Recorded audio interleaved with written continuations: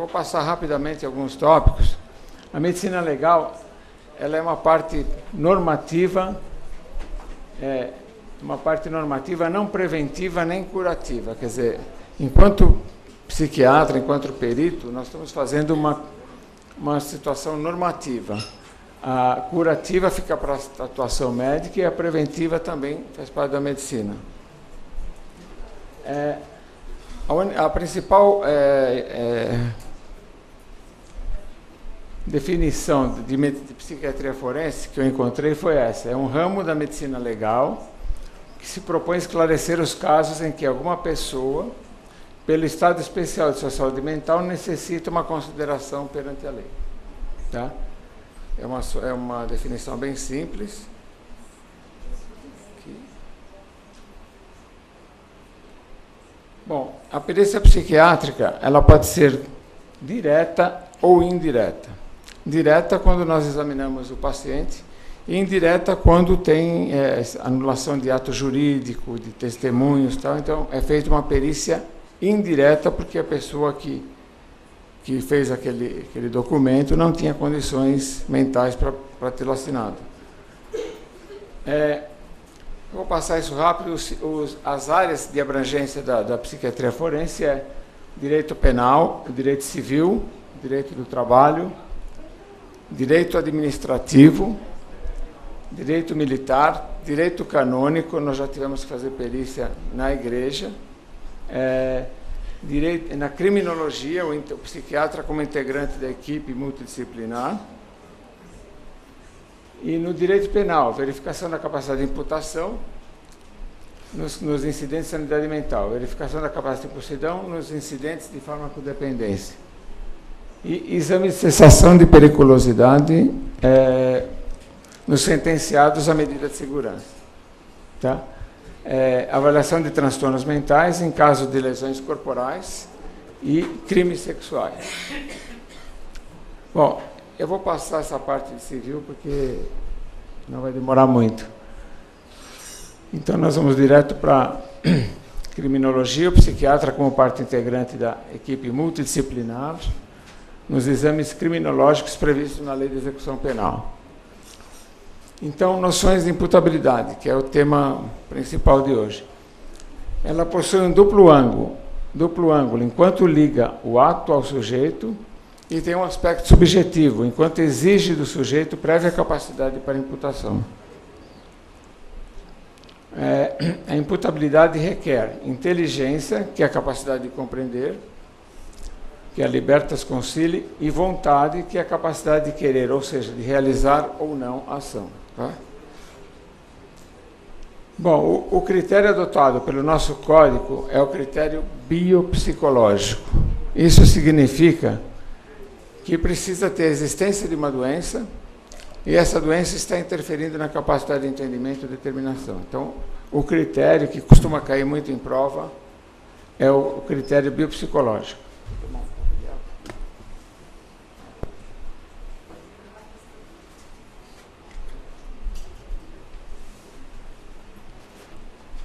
Então, o biológico significa a existência de um transtorno mental e o psicológico significa comprometimento total ou parcial da capacidade de entendimento ou de determinação. Tá? É o critério psicológico. Importante, a imputabilidade não significa normalidade psíquica. Então, tem algumas doenças mentais, por exemplo, o toque, que não tira a capacidade de imputação. Dá um exemplo aqui de um cantor famoso, Roberto Carlos. Ele é toque, tem um toque, toma remédio, toma uma série de coisas e não comete crimes. Então, ele tem a doença mental, mas não há interferência na capacidade de entendimento e determinação. Vou voltar aqui um pouco. Então, aí vem a legislação que nós temos que seguir, que é artigo 26. Existe uma gíria policial que fala que o cara que é louco é 13. Tá? Então, a gente que trabalha na polícia, quando as escoltas entram, assim, o cara é 13.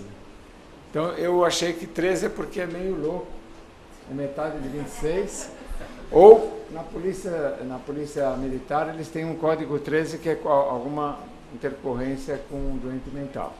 Então não sei qual que vale aí, mas fica as duas aí.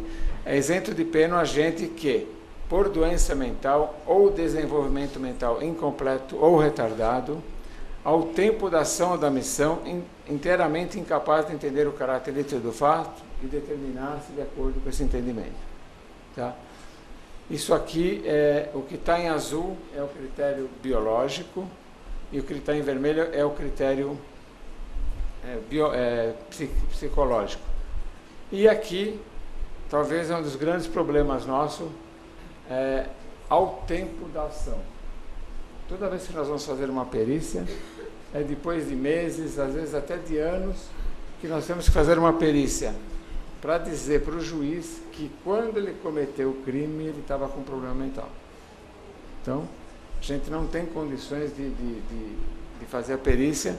Uma das situações que se propõe no Canadá é treinar os policiais quando pegarem alguém, por exemplo, furtando nas lojas americanas e a polícia vai lá e prende e percebe que a pessoa tem alguma alteração mental, em vez de levar para a delegacia, leva para a enfermaria psiquiátrica.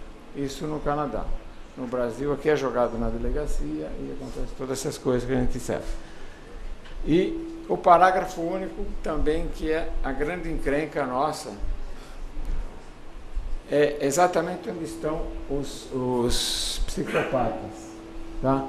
A pena pode ser reduzida de 1 a 2 anos se o agente, em virtude de perturbação da saúde mental, que até hoje eu não sei o que é isso, ou desenvolvimento mental incompleto ou retardado, não era inteiramente incapaz de entender o caráter ilícito do fato ou determinar-se de acordo com esse entendimento. É o semi-imputável. Então, é o meio louco. Então, existe uma situação, o semi-imputável só existe em 3 países. Brasil, Alemanha e tem uma outra, eu não lembro o país, são só 3 países no mundo, porque nos outros países é o parágrafo primeiro e ponto. Aqui não, aqui tem o semi-imputado, tá? É Israel, outro país é Israel, Alemanha e Brasil, tem a semi-imputabilidade. Eu acho que deveria acabar, né? Então, outra legislação presente não exclui a imputabilidade, a emoção. Quer dizer, o indivíduo está alterado por qualquer briga no trânsito. A gente costuma falar que entre os psiquiatras, a pessoa teve um ataque de bicho, sai dando porrada, fazendo um monte de coisa. Então, ele está sob influência de uma emoção, então ele vai responder exatamente como se fosse normal. E a paixão, que a gente vê bastante aí também, toda vez que o indivíduo comete um crime passional, ele vai responder normalmente, tá? E aqui também uma outra confusão que acontece no IMESC. O artigo fala embriaguez voluntária ou culposa ou substância de efeitos análogos. Aqui já existe uma confusão dentro do ML, do IC. Para o legista, substância álcool ou substância de efeito análogo, é substância que produz uma depressão mental. E os nossos peritos, quando a gente manda, eles mandam que não tem problema, não tem aplicação. Tá? Então eles falam que substância de efeito análogo não é o álcool. Quer dizer, na realidade é álcool a palavra que deveria ser usada aqui era droga psicoativa, que o álcool está dentro dessa. Tá? E aqui é isento de pena o agente que por embriaguez completa ou proveniente de caso fortuito ou força maior. Também, eu já vi, é muito raro isso aí. Embriaguez voluntária é aquele indivíduo que toma a bebida para se embriagar, para cometer o crime. Então, essa pena é aumentada. Ou culposa, ele não quis atingir aquela bebedeira, mas estava passando na esquina, os amigos chamaram, ele acabou bebendo e cometeu um crime. Tá? Então, aqui, embriaguez completa, proveniente de caso fortuito ou força maior. Tá? E a pena pode ser reduzida se for proveniente de caso fortuito e possui ao tempo da atuação a plena capacidade de entender o caráter ilícito do fato. Esse CD eu vou deixar aí à disposição de vocês, para depois vocês verem com mais tranquilidade. A lei de tóxico, esse slide está antiquado, mas o texto da lei continua a mesma, tá? É isento de pena o agente que, em razão de substância, de dependência ou de estar sob efeito de substância entorpecente, que determine dependência física ou psíquica proveniente de caso fortuito ou força maior. Tá? Mas é a mesma coisa que se aplica ao álcool. E a pena pode ser reduzida se qualquer das circunstâncias previstas nesse artigo a gente não possuir ao tempo da ação a plena capacidade, aquele semi-imputável. Bom, exigências da lei penal. Que a ação ou omissão seja contemporânea ao transtorno biológico. Concomitância do transtorno mental e a inteira ou parcial incapacidade de entender ou de se autodeterminar. E nexo causal entre a prática delituosa e o transtorno da alteração mental. Eu vou dar um exemplo que aconteceu com a gente. O indivíduo era um transtorno de personalidade explosivo.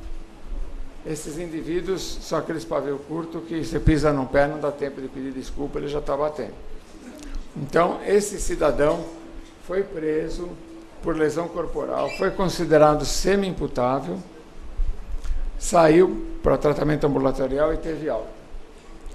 Esse indivíduo foi trabalhar numa firma, roubou a última folha do talão de cheque do chefe, xerocou a assinatura do chefe, assinou, treinou, ficou uma semana em casa treinando e fez um desfalque na firma. Então, quando ele foi preso, ele alegou de novo que ele era sêmio. Ele falou, não, ele agiu de uma forma que não era como a primeira vez, que então ele achou que ele podia sair de novo, mas nesse caso ele era imputado. Tá? A comprometimento da capacidade de imputação de forma total ou parcial admite juridicamente 4 formas: doença mental, desenvolvimento mental incompleto, desenvolvimento mental retardado e perturbação da saúde mental. Então, aqui é um outro problema nosso também, que nós vamos pegar todo o Código Internacional de Doenças, jogar num funil e ver o que o juiz quer isso aqui. Essas palavras, doença mental, desenvolvimento mental incompleto, são palavras jurídicas e não médicas. Tá? Então, nós vamos dizer no laudo que ele é um esquizofrênico por ser portador de doença mental. Então, nós vamos... cada caso vai ser diferente. Então, eu coloquei aqui até uma situação. Nós vamos pegar o Código Internacional de Doenças, passar por um funil, porque o juiz quer que eu diga ou é doença mental, ou desenvolvimento mental incompleto, ou desenvolvimento mental retardado, ou perturbação da saúde mental. Tá? Então, acrescentando também a dependência às drogas, estar sob efeito de drogas que causam dependência física ou psíquica, proveniente de caso fortuito ou caso maior. Embriaguez por álcool e substâncias de efeitos análogos provenientes de caso fortuito ou força maior. Bom, a perícia psiquiátrica, o que ela tem que fornecer para o juiz ou para o promotor que está pedindo? Um diagnóstico psiquiátrico, que é o critério biológico, demonstrar que tal diagnóstico comprometia de forma parcial ou total a capacidade de entendimento ou de determinação, critério psicológico, o enquadramento desse diagnóstico nas 4 formas previstas na lei: doença mental, desenvolvimento mental incompleto, desenvolvimento mental retardado. Então, e tudo ao tempo da ação. Esse é o outro problema, o grande problema pericial que nós temos. A pessoa vem fazer exame depois de algum tempo. Teve aquele cidadão que colocou uma bomba no avião da TAM, que explodiu um vidro, morreu uma mulher, e ela era professora de matemática. E o avião desceu, ele foi preso, depois ele, não sei por que ele saiu, e se jogou debaixo de um ônibus. Teve um trauma craniano violento, não conseguia mais falar, e o juiz mandou para a gente fazer a perícia para dizer como estava o estado dele na hora que ele jogou a bomba. Não dá para saber. Então a gente fica naquela coisa de... é difícil você chegar a algum dado, né? Então, tudo ao tempo da ação. Esse é o problema que eu já falei de colocar policiais para poder, o mais rápido possível, tentar fazer a perícia. Tá? Bom, aqui, eu vou pular, isso aqui são as doenças mentais, que são as várias, né, que tem a desenvolvimento mental incompleto ou retardado, são os oligofrênicos, né, débeis mentais, os fronteiriços, que realmente são os psicopatas, os sociopatas, os serial killers, né? E, embora essa expressão possa permitir confusões com doença mental, dado o conceito amplo de doença de saúde mental e perturbação, pensamos que dentro do espírito da lei, sobretudo nas 4 hipóteses, permitindo entendimento e autodeterminação, são elas. Aí, distúrbios ligados a fases iniciais, depois, se vocês quiserem dar uma lidinha, também é muita coisa aí, não vai dar para passar, eu vou deixar para vocês isso aí.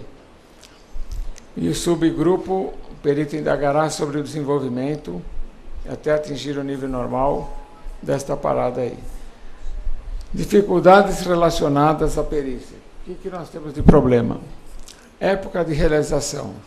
Uma perícia nunca é feita pelo menos em 6, 7 meses ou até mais. Então, quer dizer, nós vamos fazer uma perícia para dizer como ele estava no momento do fato. Só que ele aparece lá depois de 1 ano, 2 anos, se vem, se não vem, escolta. Então, é sempre uma perícia retroativa ao tempo da omissão e de grande importância. Que seja realizado o mais próximo possível do delito em nossa experiência, em média 1 a 2 anos após o delito. Então,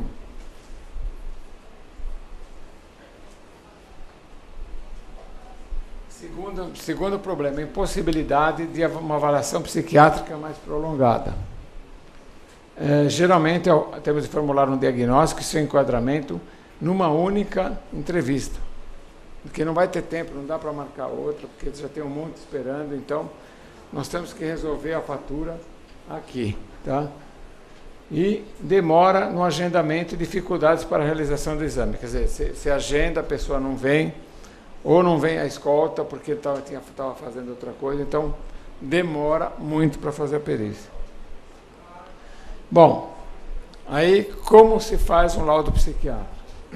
É o que nós vamos tentar mostrar para você.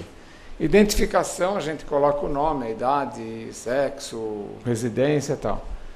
Aí vem uma segunda parte que é elementos colhidos nos autos. A gente coloca a denúncia. Tem peritos que copiam a denúncia inteira, desse tamanho, e eu costumo simplificar. Foi indiciado por homicídio, não sei o quê, no dia tal, matou a mulher e tal. E aqui, elementos colhidos nos autos é o processo que vem para a gente ler, que lá conta que os vizinhos, que ele jogava pedra na cruz, se masturbava para Nossa Senhora, fazia uma série de coisas. Então, nós vamos pegar essas coisas que estão no processo e colocar. E aqui que já deu um problema com o advogado, tá? A versão do acusado aos peritos. O que acontece? Essa pessoa foi tratada só com policiais, com interrogatórios assim, rápidos. Então, quando chega com a gente para fazer a perícia, o cara cria um clima com a gente, começa a conversar com a gente um tempão, e aí fala assim, o que você fez? Eu matei mesmo a minha mulher. Tá? Então, aí vem os advogados, começa a briga toda, dizendo que nós estamos colhendo confissões, né? E eles pediram que se tirasse essa parte do laudo. Esse modelo de laudo é usado no mundo inteiro. Foi tirado, os advogados pediram para tirar, alegando que nós estávamos fazendo, fazer o cara dizer que matou, né? Ele assumiu o crime. Bom, aí eu não sou jurista, não estava entendendo, e na época eu estava no Conselho Penitenciário, falei com o doutor Tucunduva, falei assim, olha, como é que a gente faz? A gente tira, porque os advogados estão brigando com a gente? Ele falou, não, porque o processo é um apartado dos autos, o exame de insanidade mental é um apartado dos autos. Como vocês dizem, um apartado dos autos, se não está nos autos, não está no mundo. Então, aquele laudo que nós vamos fazer não está no mundo, ele só vai dizer para o juiz se é imputável, semi-imputável ou não. Então a gente continua usando essa coisa assim de anamnese, antecedentes pessoais, antecedentes heredológicos. Por exemplo, o maníaco do parque tinha um avô que tinha tentado matar a avó à foice, o outro morreu alcoólatra dentro do hospital, o irmão era ladrão. Ele tinha uma familhinha ótima, então, assim, bem. Exame somático, né? A gente examina mais ou menos o cara, tira pressão, faz todo aquele exame especializado, eletroencefalografia, tomografia, tudo que for necessário, em alguns casos a gente faz. O exame psíquico, que é o que a gente vai ver se o indivíduo está orientado no tempo, no espaço, uma série de coisas já bem pertinente à parte psiquiátrica, né? E aí nós vamos fazer uma discussão e conclusões com considerações forenses, fazer o diagnóstico, enquadramento jurídico e responder os quesitos. Então é isso que é o laudo. Tá? E aqui são as medidas de segurança. E aqui a substituição de medidas de segurança para o semi-imputável. Então a sequência do processo é essa: processo penal, crime, início do processo penal. Existe suspeita sobre a sanidade mental do agente, se não, o processo continua até a condenação e cumprimento da absolução. Tá? E perícia psiquiátrica que pode concluir pela semi-imputabilidade, plena imputabilidade ou inimputabilidade. São as três situações. Tá? Como é que eu passo o próximo aqui? Cadê o...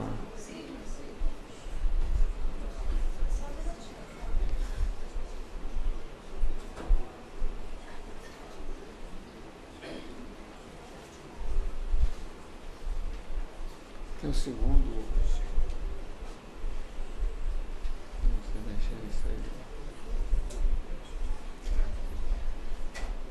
Isso aqui.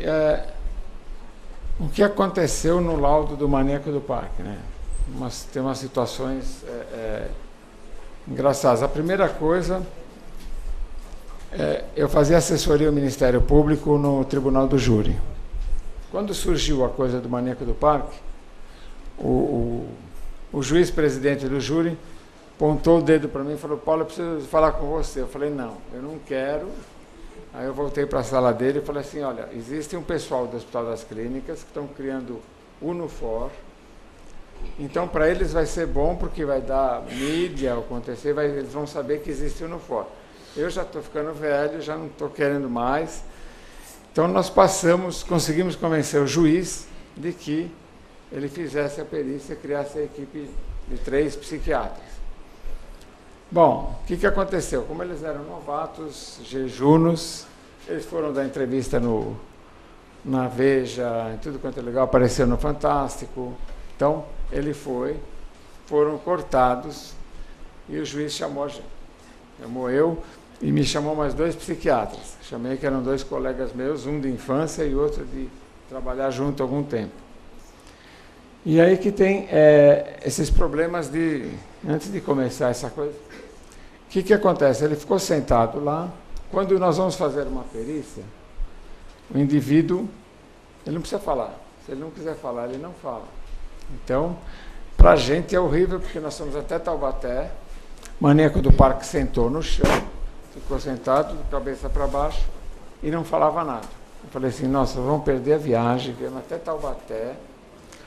E aí eu tenho um amigo meu que é psiquiatra e louco também, e míope. Aí ele tirou o óculos, pôs em cima da mesa e foi na direção do Francisco e falou: Francisco, fica de pé e abaixa as calças. Ele fez isso porque ele estava alegando que ele não conseguia a penetração por causa da fimose. Aí então esse meu amigo, que estava sem óculos, ficou ajoelhado com o maníaco do parque de pé, a genitália dele estava bem perto do rosto do meu colega.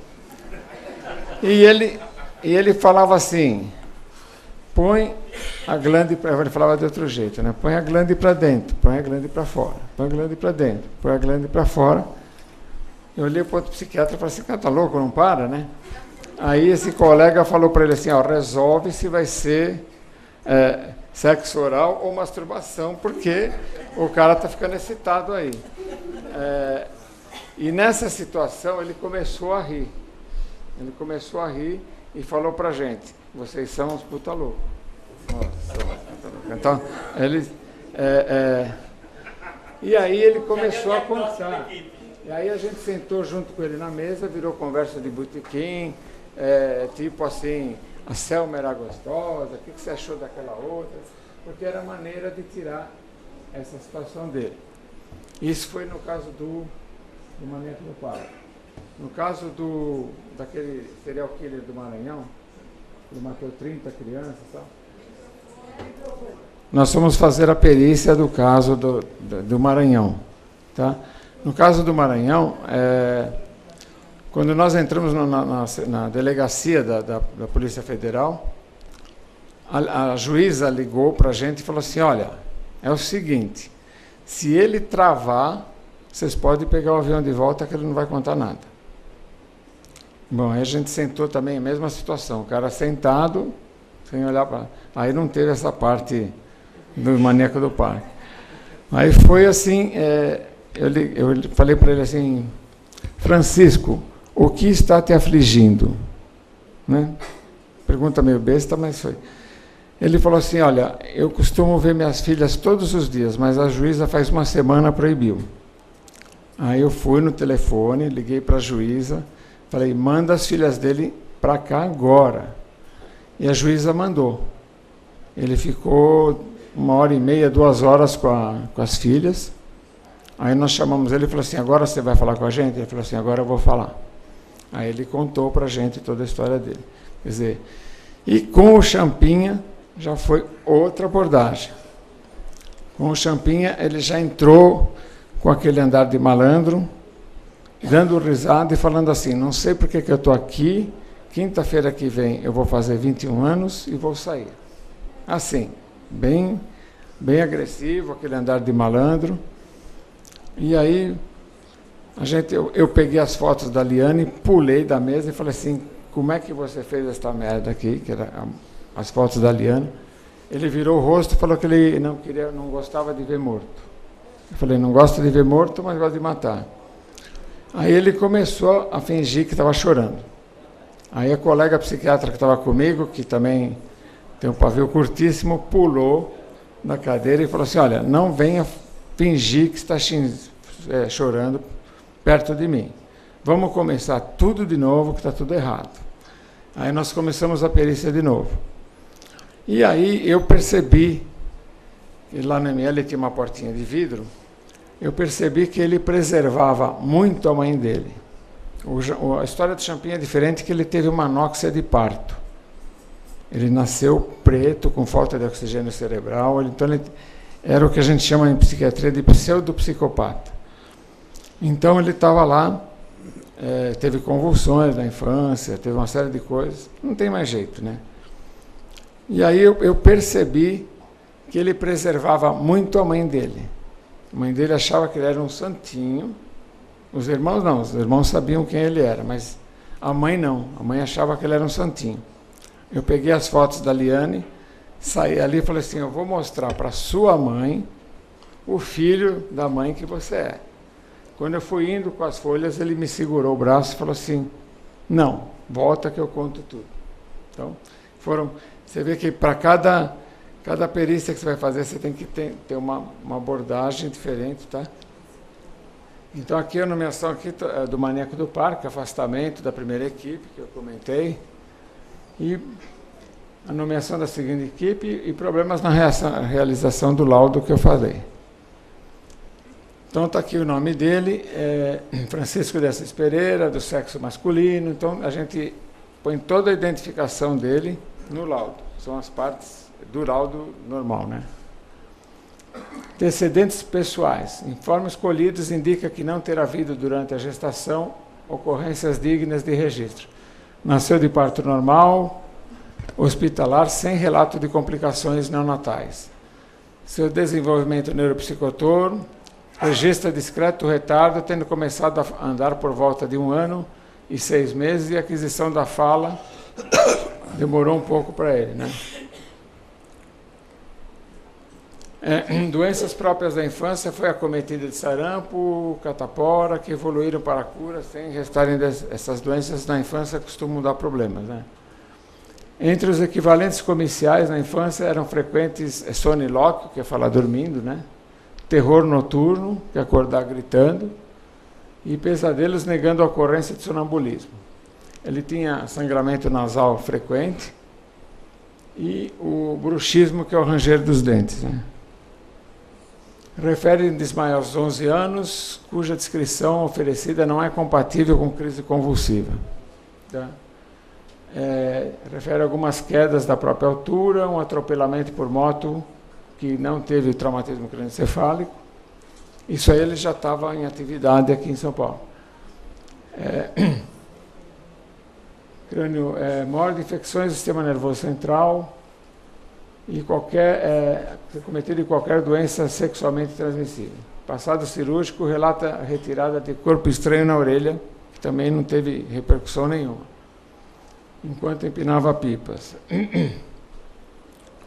Nega ter sido submetido a qualquer forma de tratamento psiquiátrico ou psicológico, seja em regime ambulatorial ou hospitalar. Em tratamento na Dr. Arnaldo, que é o Hospital de Custódia, de Taubaté, fazendo uso por prescrição médica de fluoxetina. Até hoje eu não sei por que deram fluoxetina para ele. Não tem nada a ver com depressão, diazepam e medicação antidepressiva. Vida escolar. Sua vida escolar iniciou-se aos 7 anos, prosseguindo até a primeira série do 2º grau, sem, no entanto, completar. Nesse período sofreu várias repetências, um hiato temporal de várias instituições. O pai dele mudava muito de lugar, então ele foi frequentando várias escolas. E aprendizagem além de atitudes inadequadas, caracterizando razoável grau de indisciplina.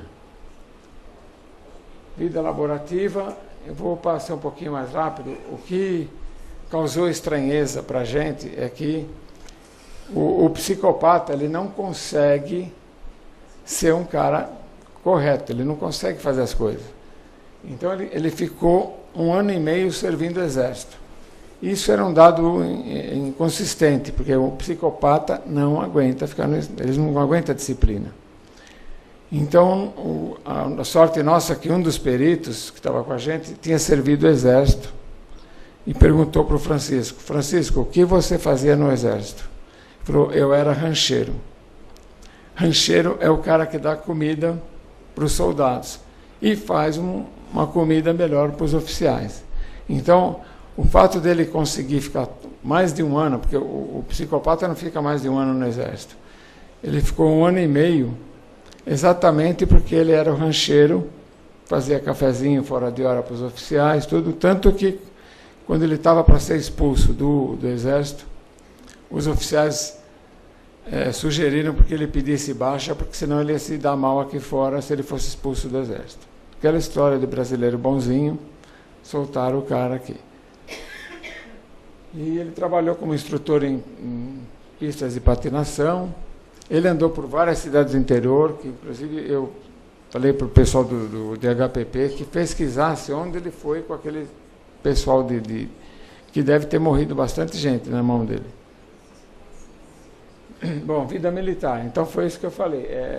Conseguiu permanecer todo esse tempo no exército em razão de ocupar a posição de rancheiro, que lhe permitia usufruir e propiciar regalias, porções alimentares extras dedicadas aos superiores. Tudo isso evitou sua suspensão, que iria suspender em menos de 1 ano. Com 13 disciplinas, a pessoa é presa. Então ele chegou a 12, aí ele se engajou, e aí foi até um tempo lá, quando quase chegando a 13 ou 15, que iam dispensá-lo, recomendaram ele a dar baixa. Vida afetiva. Pesquisa dos exames revelou que o periciano não faz referência a amizades duradouras. Ele tem um filho que ele nunca foi visitar.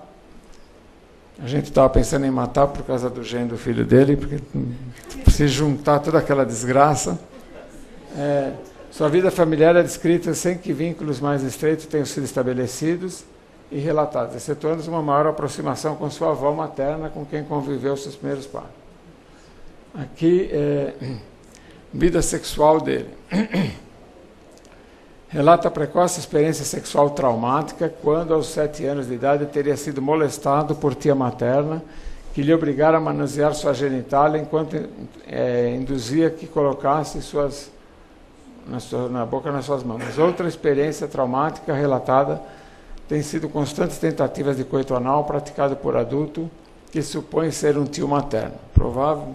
Essas coisas a gente não pode provar, a gente coloca no laudo, mas somando. Merece registro a autoria de um atentado ao pudor violento por presunção, não ter sido satisfatoriamente estabelecido, embora faça questão de afirmar que nunca praticou ou com ele praticasse coito anal. Constam práticas homossexuais, ele morava com um homossexual, e ao longo de sua vida consistia basicamente em felação, de forma passiva. Ele fazia um boquete com o patrão e ganhava, ficava mais tempo na casa. Então, durante cerca de 5 anos, seu empregador diariamente lhe permitiu praticar a felação em troca da moradia. Posso fazer uma pergunta? Pode. Professor, eu sei que interrompi, mas eu creio que é uma dúvida que todos os nossos colegas aqui presentes, eu tenho que relatar para o senhor 2 situações por qual já passei. Analisando o Maníaco do Parque, o Monstro do Trianon, o Champinha, até o Bandido da Luz Vermelha. Eu sou defensor da teoria de, por mais arcaico que seja, eu ainda sou defensor da teoria de Lombroso, porque foi dali, tanto quanto Freud, que partimos então para a atualidade das retificações no que diz respeito às terapias psicossomáticas.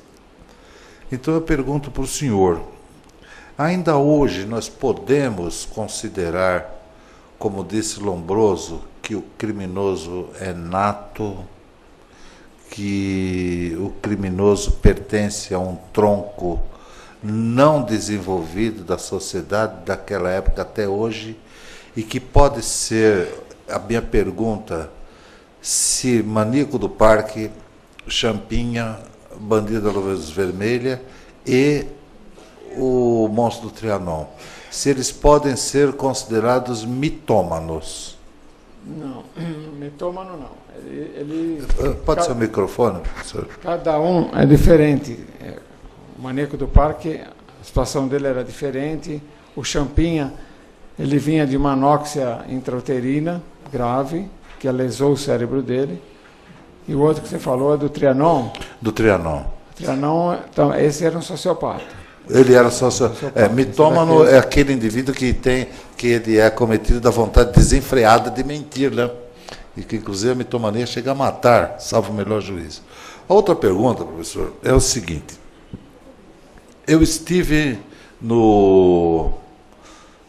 Fala que hospital de custódia e tratamento, aquele inferno. Sei. Aquilo é um inferno anti-higiênico e que, inclusive, não colocam os médicos nem os funcionários a cada 6 meses para passar por um tratamento psiquiátrico. E isso está refletindo na família de todos os funcionários. E trabalha com Odantol e Gardenal, dali para frente. Gardenal é água com açúcar lá dentro. O problema do hospital de custódia é que o salário já dos médicos é péssimo. Ninguém consegue ficar indo todo dia para lá. Então eles combinam de ir cada um uma vez por semana. E trabalhar naquela imundície. E tem que trabalhar naquela situação. Eu já digo que não é salário, o salário é pequeno. Eu digo que o olerite de vocês é um verdadeiro atestado de pobreza. Quer dizer, apresenta o olerite de vocês para conseguir a cidadania, a cesta básica e daí para frente e condução. É totalmente indecente. Desculpa, viu, professor, mas é exatamente isso. Outro detalhe, professor, eu tenho o seguinte, que o cérebro é o órgão da sinestesia da personalidade, né? Onde tem todos os sentimentos difusos, ficar bem ou não ficar bem.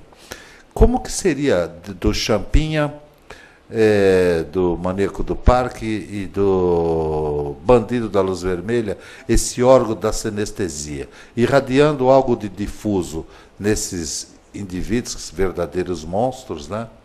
Sem querer ofender o monstro. Como seria o órgão da sinestesia, da personalidade de cada um desses, professor? Tem diferenças, né? O Champinha tinha uma lesão devido à anóxia de parto. O Maníaco do Parque era um cara já predisposto geneticamente, por uma série de situações, já tinha essa tendência a ser o transtorno de personalidade. E o outro é o Trianon. O Trianon. O Trianon, eu vi até os casos, ele usava aquele Boa Noite Cinderela, né? E ele acabava com os caras, arrebentava os caras e acabou sendo morto, né? Ele deu uma entrevista, que eu lembro, que ele queria matar o Dr. Guido Palomba. Ele falou assim, qual é o seu objetivo na vida? Sair daqui e matar o Dr. Guido Palomba, que é um psiquiatra forense, né? Ainda bem que eu não passei por essas coisas assim. Mas ele já morreu também, já não tem... Teve um caso, professor, em que nesse mesmo estágio que eu fiz no manicômio judiciário, lá eu me entrevistei, do qual coloquei um apelido nela de Chiquita. A Chiquita cerrou um filho com uma maquita e colocou a metade do corpo da esquerda, metade do corpo da direita, e o pequenininho começou a chorar. E ela, não, vem aqui, porque nós vamos curar, vamos resolver a família. A mamãe vai te cortar, você viu? Ele não chorou. E ela segurou o menino e cerrou também, longitudinal, céfalo-condal. E está até agora no manicômio judiciário, casa de custódia e tratamento. É politicamente correto falar casa de custódia e tratamento. Pois bem, eu fui visitar a Chiquita. E quando chega no final de semana, a Chiquita, do momento que vê o marido, vê a mãe, vê o pai, vê os irmãos, fica um doce. Então eu pergunto para o senhor se essa criminosa, não sei se é nata ou não, porque pode ser questões atávicas também o crime. Pode ser uma esquizofrenia. Esquizofrenia? Esquizofrenia que dá e não tem cura, eu creio que não tem cura. A fumou maconha, ficou esquizofrenia. E começa tudo, ainda bem, esse tema eu quero abordar. Eu sei que eu já atrapalhei a palestra. Sim. Mas tem vários colegas nossos que querem essa abordagem no sentido de... Eu vou passar um outro aqui. Sei. É um inglês, eu não sei se está aqui. Então, ele considera o seguinte, que a criança deve até os 3 anos aprender o que é sim e o que é não. E o que é não. E quando chegar aos 7, ter aquela condição de se colocar no lugar do próximo. Se não tiver isso aí, não se investe dinheiro nesse moleque na Inglaterra. É o que consta naquele livro, Primeiro Ano de Vida. E tem esses 3 anos que ele não aprende o sim e o não. O que falta é aquela... É o que antigamente a mãe fazia, aquela aula de colo, né? De deixar a criança no colo e ensinar. Se ela não aprende o que é sim ou não, ou depois aos 7 anos ela não consegue se sociabilizar, não se investe mais. Lá na Inglaterra já corta o investimento nesse tipo de criança. Deve estar aqui, não sei aonde. Certo. Então, professor, no momento que eu estive visitando a Chiquita, ela ficava longe, ela tem a síndrome do jaleco branco, e ela me chama de o Cuca. Chegou o Cuca, é aquele cara que dá o cega-leão. Eu falei, nada disso, eu estou aqui como seu amigo. E ela ficava circulando, em meio círculo, na minha frente, a uma distância de 10 metros. E no momento que tira a sandália havaiana e cruza o braço, ninguém consegue segurar. E teve um momento que a Chiquita se aproximou de mim com a mão para trás. E eu com aquele jaleco branco, que não dava para olhar, não só porque quem cuida dos meus jalecos é minha esposa, de tão branco tem que olhar com óculos escuros. E a Chiquita colocou a mão atrás. E de repente aparece com a mão cheia de fezes e passa no meu avental. E o próximo que vai ser cerrado será você. Eu falei, você vai fazer isso exatamente comigo?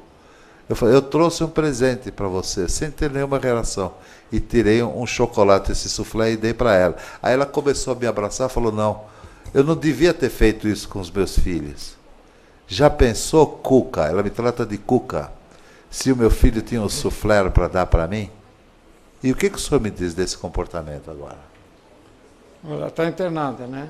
Está internada. Ela deve... Mas eu vou dizer para o senhor uma coisa. Eu vou dizer uma coisa para o senhor, professor. Ela é minha amiga e eu tenho assim muito afeto no que diz respeito à situação que a Chiquita se encontra. Não é questão de dó, porque dó é um sentimento muito forte. Me preocupa essa moça. Eu quando me formei, eu fazia muito eletrochoque. Muito assim, eram 40, 60 por manhã. Existe um canadense que ele fala que nossa mente é um software e nosso cérebro é um hardware. Então, quando dá um tilt no computador, o que você faz? Dá um boot. O eletrochoque e a insulinoterapia é um boot que você faz no cérebro. O computador está dando pau, você liga, desliga, Então, esse canadense acha que a nossa mente é um software e nosso cérebro é um hardware. Então, a associação entre a violência e a doença mental não possui a magnitude que se presume. Tá? A reforma da parte geral do Código Penal e a Lei de Execução Penal, ao extinguir a medida de segurança para o imputável, agravaram o estigma social contra os portadores de doença mental, baseado na falsa premissa de que todos os portadores de patologias mentais são perigosos. Quer dizer, eles acabaram com uma coisa que funcionava muito bem, que era o duplo binário, e que jamais deveria ter sido extinto, porque a periculosidade é uma coisa que está presente. Você sabe, você olha para o paciente, você sabe que esse cara vai sair e vai delinquir de novo. Então, existem algumas... Então, estudos epidemiológicos realizados em vários países não encontraram uma associação direta entre doença mental, senso estrito e probabilidade de cometimento de atos violentos, reconhecendo apenas uma associação discreta. Aqui, por outro lado, esses estudos mostraram dois fatores invariavelmente associados à violência: o abuso de substâncias alcoólicas e o uso de droga, e além da personalidade antissocial. Quer dizer, o nosso problema são esses três aqui: o uso de substâncias tóxicas, álcool e drogas, e personalidade antissocial. Aí que está o problema e que ninguém está mexendo. Então, aqui tem algumas violências de psiquiatria mostrando que, e sem internação, crimes de violência só 1,5% nos doentes mentais. Doença mental 6,7%, retardo mental 11,14%, personalidade antissocial 10%, uso do álcool 10%, abuso 30%. Quer dizer, metade, 50%. Apenas diagnóstico de esquizofrenia, psicose maníaco-depressiva e outras psicoses foram que deram esse valor. Pelo estudo fica assim evidente que o álcool e as drogas contribuem muito mais para a violência do que as doenças mentais. Tá? E o Gattas, que é professor lá da USP, o fato é que a associação entre doença mental e violência, ao menos na intensidade em que tem sido noticiada, não tem base real. O indivíduo psicótico pode tornar-se agressivo se estiver alcoolizado. Aliás, o não psicótico também. E aqui, a medida de segurança de caráter meramente preventivo e assistencial ficará reservada aos inimputáveis. Isso, em resumo, significa culpabilidade, periculosidade e medida de segurança ao réu. E não há razão para aplicar o que tem sido denominado medida de segurança. Isso aqui é uma citação do Aníbal Bruno, muito melhor que a do nosso glorioso PT. Né?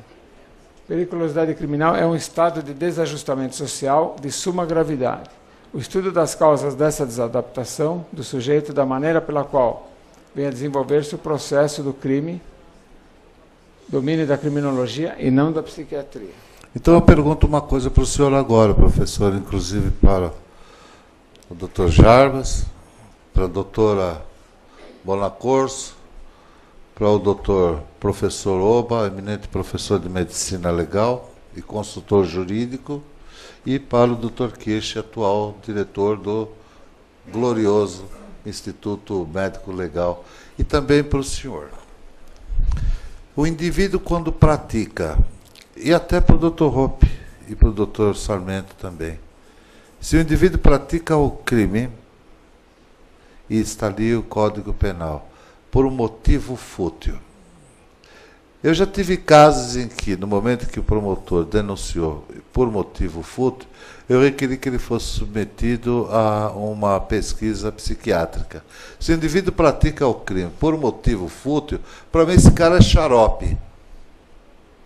Praticar o crime sem motivo. Eu tenho para mim, doutor Oba e professor Argarati, que é um indivíduo que precisa de tratamento e não precisa de cadeia, porque do momento que pratica o crime, algum motivo tem que ter. Se ele cometeu sem motivo, esse camarada é debilóide, no mínimo debilóide, como o cliente meu que deu 4 marteladas no vizinho e acabou esfacelando toda a cabeça e guardou o corpo por 30 dias. Quando chegamos lá, o corpo tinha larva de tudo quanto é lado, entendeu? Foi um grande trabalho de entomologia forense que nós desenvolvemos lá na cidade de Cajamar.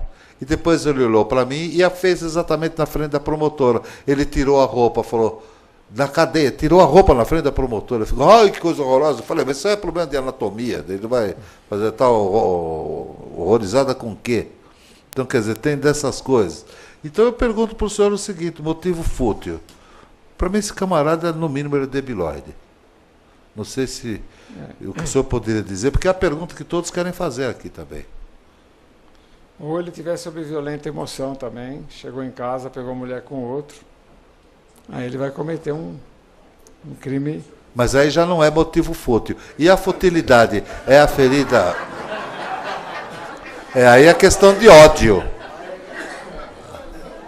Mas também esse caso de matar a mulher porque traiu, isso é implorar amor, é a coisa mais indecente que existe no mundo, algo mais humilhante que existe para um ser humano, principalmente para o homem, é implorar o amor de uma mulher, né?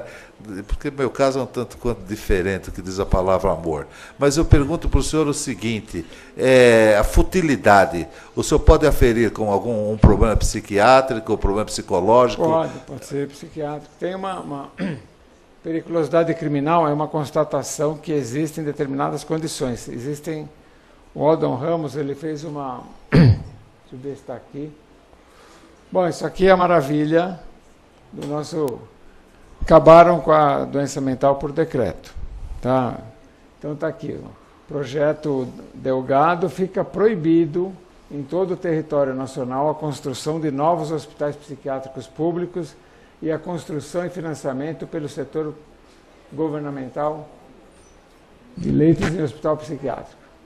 Constitui uma radicalização no âmbito da execução penal, já gerando problemas. Quer dizer, em Goiás, um indivíduo matou o pai e a mãe, os 2 eram esquizofrênicos, e o juiz soltou, porque não tinha hospital. E o PT não deixa construir. Então, é fácil acabar com a doença mental por decreto. Foi isso que aconteceu aqui.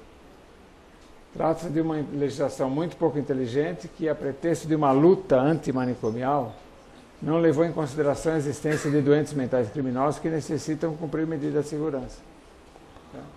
A minha esposa é psicóloga. Toda vez que eu entro em casa, eu vejo a revistinha da psicologia, eu rasgo, eu nem levo para ela. Porque é a luta antimanicomial. Eles estão faz anos fazendo a luta antimanicomial e gente precisando de tratamento. Quando eu me formei, Franco da Rocha tinha 1.500 pacientes crônicos.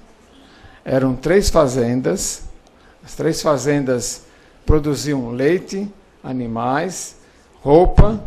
Todos os que fazem laboratório médico, hoje fazem comprimido, são oriundos da antiga... Do hospital. Então ele era autossuficiente e às vezes dava até lucro. Mas como veio a ganância, a luta antimanicomial, acabaram com tudo, detonaram tudo, inclusive puseram fogo na biblioteca, que era uma das melhores bibliotecas da América do Sul de psiquiatria. Então nós estamos muito bem Alternativas, já passou pela experiência.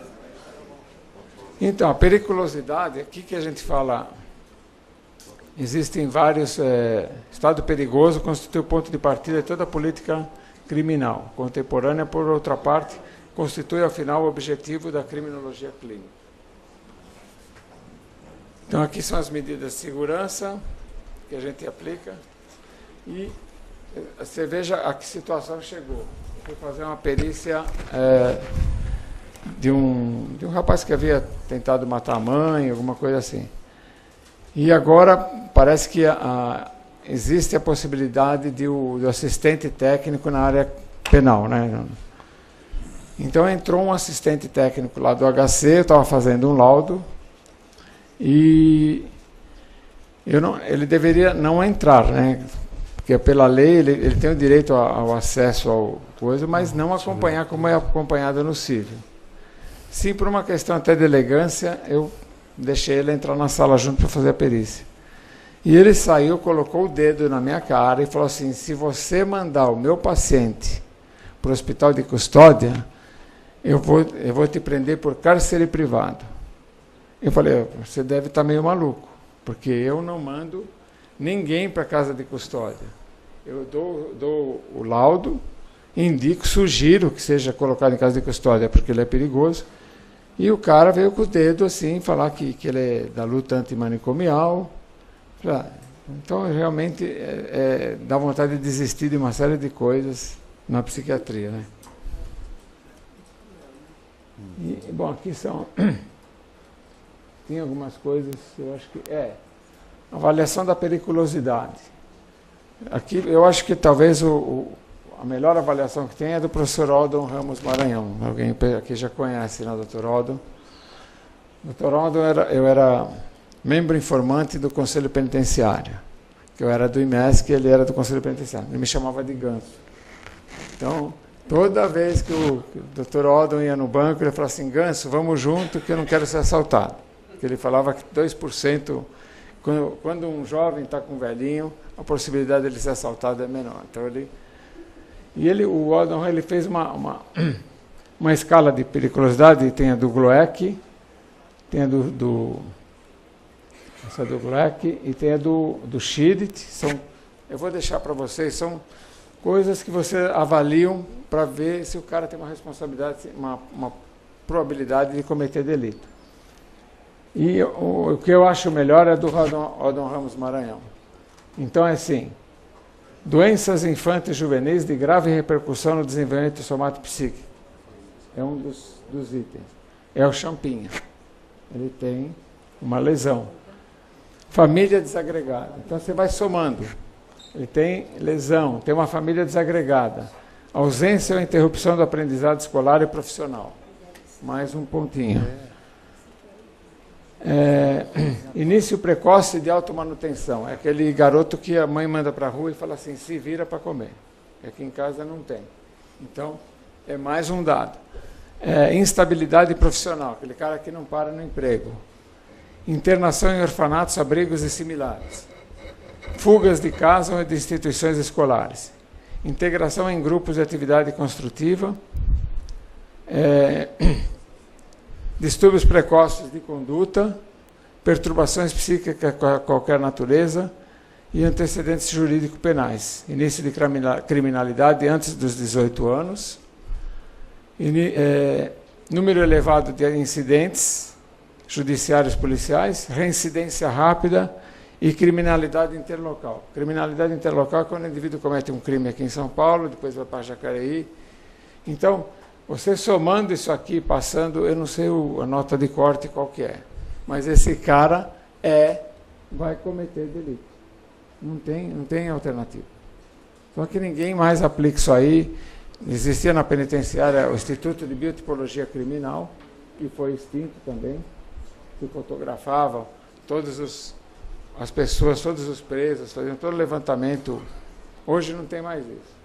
Hoje é indulto de Natal, dia do pai, que o pai já morreu há 10 anos, o cara sai e comete delito. Então nós estamos nessa situação.